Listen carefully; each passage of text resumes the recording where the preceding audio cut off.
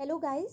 कल के ECGC PO के सेकेंड शिफ्ट में पूछे गए जीए के क्वेश्चंस यहाँ पे हम डिस्कस करेंगे।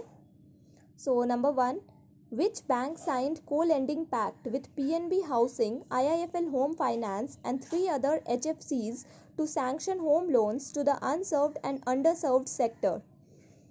तो ये किसने साइन किया था? एसबीआई ने।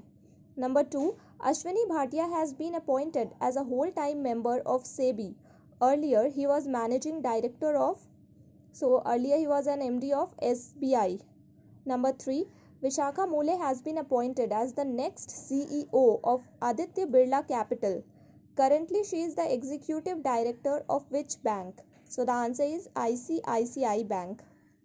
Number 4, the Dash scheme to facilitate bank loans between 10 lakhs and 1 crore to at least one SC or ST borrower and at least one woman borrower per bank branch has been extended up to। तो ये कौन सा scheme है? Stand up India scheme, जिसमें एक SC ST और एक at least one SC ST and at least one women borrower को लोन देना है। एंड ये कब तक एक्सटेंड हो गया है? 2025 तक। Number 5, KYC updation of low-risk customers should be done once every 10 years.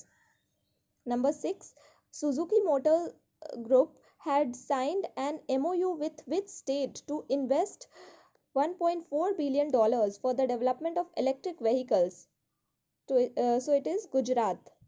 Number 7, who acquired a 9.2% stake in Twitter to become the platform's biggest shareholder? तो ये एलोन मस्क ने एक्वायर किया। Number 8,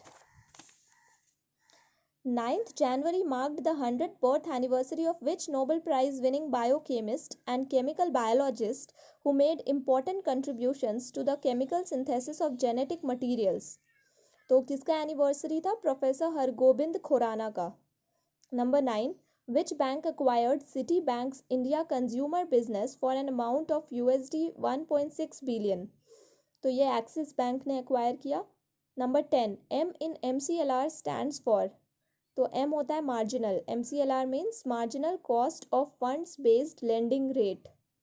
number 11, Qatar Airways and Indigo reactivated their DAS partnership, where each carrier on its distribution system can sell seats of others' flights. तो ये code share partnership था। Number 12, NPCI has partnered with NeoPay for which country to offer UPI-based payments for Indians traveling to these regions? This is NPCI's third such international expansion after Bhutan and Singapore. तो ये UAE के साथ partnership है। Number 13, the blending of ethanol with petrol is estimated at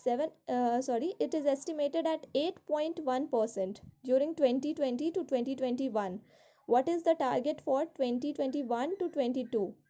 तो इस साल के लिए टारगेट है 10%। Number 14, the 17th group of G20 heads of states and government summit will take place in October 2022 in? तो ये G20 summit कहाँ होगा? बाली, Indonesia. Number 15, the government has allowed what percent FDI in LIC? तो LIC में foreign direct investment कितना percent allow किया है government ने? 20%। तो ये कुछ क्वेश्चंस थे जीए के। मैंने बहुत कम ही अटेम्प्ट किया है जीए में।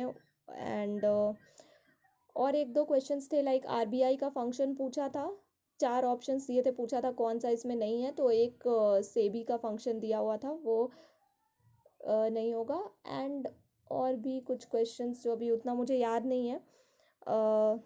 अटेम्प्ट तो मैंने कम ही, बहुत कम हुआ है मेरा टोटल अटेम्प्ट, ओनली 112 क्वेश्चंस। और उसमें भी पता नहीं नेगेटिव कितना गया होगा। जीए में 3-4 चले गए नेगेटिव, एंड कंप्यूटर में भी शायद होगा ही थोड़ा बहुत, एंड इंग्लिश में 3-4 करके। तो एग्ज़ाम तो अच्छा नहीं हुआ।